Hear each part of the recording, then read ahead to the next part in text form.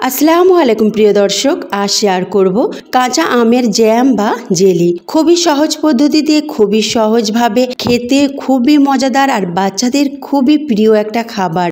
Market থেকে না কিনে বাড়িতেই বানিয়ে ফেলুন সহজ পদ্ধতিতে, মাত্র কয়েকটি উপকরণ দিয়ে কেমিক্যাল ফ্রি কাঁচা আমের জ্যাম, যেটা আপনারা বাচ্চাদের রুটি, পরোটা বা ব্রেডের সাথে দিতে পারেন। তারা তো মজার সাথে খাবে, বাচ্চা কেন বড়রাও এটা খেতে কিন্তু খুবই পছন্দ করে। তো ভিডিওটি স্কিপ না করে দেখতে থাকবেন, আর ভালো লাগলে অবশ্যই লাইক, শেয়ার, কমেন্ট করবেন। তার সাথে সাবস্ক্রাইব করে পাশে থাকা বেল আইকনটি ক্লিক করবেন। তার সাথে মজার মজার রেসিপি যদি পেতে চান তো উপরে আই বাটন আর এন্ড স্ক্রিন চেক করে দেখে নিতে পারেন।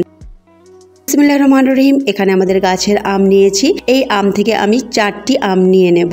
এই আমগুলোকে খুব ভালো করে ধুয়ে তারপরে খোসা ছাড়িয়ে নিয়ে নিলাম। তারপরে এগুলোকে ছোট ছোট করে পিস করে কেটে নেব। তো ভিতরের যে কুশিটা থাকে সেই কুশিটাকে ফেলে দেব। এইভাবে সবগুলো আম ছোট্ট ছোট্ট করে কুচি করে নিয়ে নেব।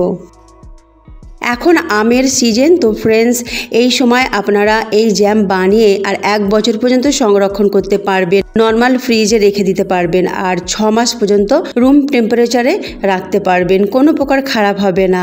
মাত্র কয়েকটি জিনিস দিয়ে এটা আপনারা বানাতে পারবেন, বেশি উপকরণও লাগবে না।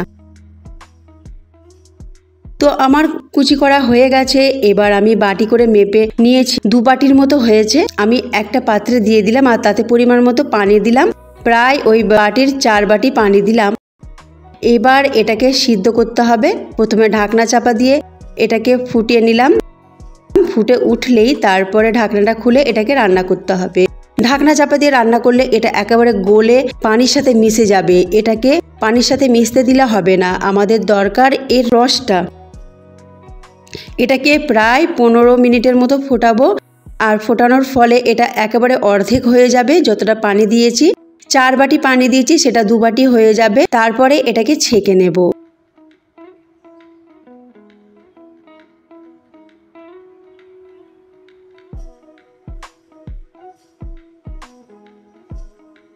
দেখুন আমি ছেঁকে নিচ্ছি।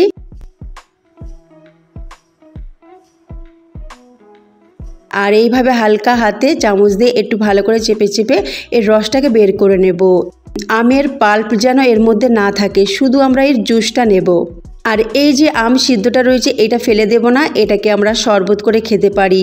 এটাতে আমরা বিট লবণ, চিনি, তারপরে জিরে গুঁড়ো আর লঙ্কা গুঁড়ো দিয়ে একটা দারুণ স্বাদের শরবত করে খেতে পারি। খেতে কিন্তু খুব মজার হয়।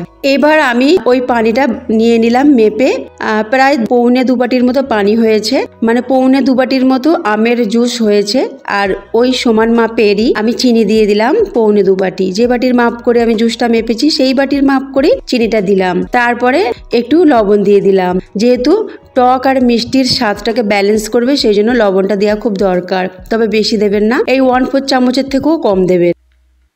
এবার এটাকে কিছুক্ষণ ফোটাবো, প্রায় 10 মিনিট ফোটাবো মাঝারি আঁচে। ফোটাতে ফোটাতে তারপরে এটাকে দিয়ে দেব ভিনিগার। ভিনিগার 2 টেবিল চামচ দিচ্ছি এখানে। ভিনিগারটা দিলে কি হবে, এই জ্যামটি অনেক দিন পর্যন্ত ভালো থাকবে। তো ভিনিগারটা অবশ্যই দেবেন।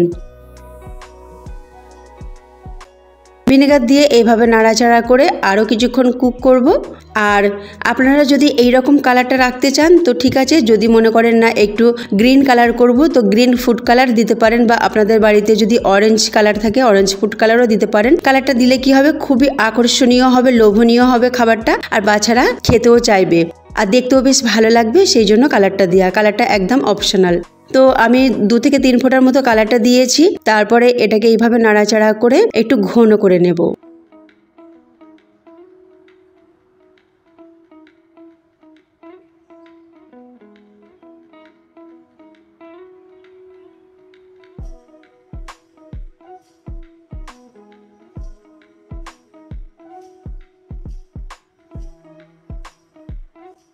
এবার আমি এই জেলিটা একটু প্লেটে নিয়ে দেখব যে জেলিটা বসছে কিনা। 1 মিনিটের জন্য রাখবো। যদি জমে যায় তার মানে জানবো আমার জ্যাম একেবারে পারফেক্ট হয়েছে। তো এটা 1 মিনিট পর আমি চেক করব।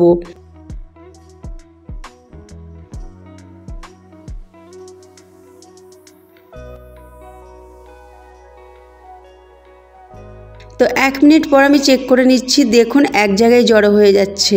দেখুন খুবই ঘন হয়ে গেছে। আমার জ্যাম একেবারে পারফেক্ট হয়ে গেছে। এবার আমি গ্যাসের ফ্লেম বন্ধ করে দেব, একটুখানি নাড়াচাড়া করে নিলাম। তারপরে গ্যাসের ফ্লেমটা বন্ধ করে দিয়ে আগে থেকে একটা কাঁচের পাত্র ধুয়ে শুকনো করে রেখেছিলাম, তাইতে ঢেলে নেব। অবশ্যই পাত্রটি শুকনো করবেন, তা না হলে এটা ভিজে থাকলে কিন্তু খারাপ হয়ে যাবে। রোদে শুকিয়ে নেবেন। তো আমি কাঁচের বয়মে ঢেলে নিলাম, দেখুন। আর এটাকে আমি 24 ঘন্টা রেখে দেবো। 24 ঘন্টার পর আমি আপনাদের চেক করে দেখাবো।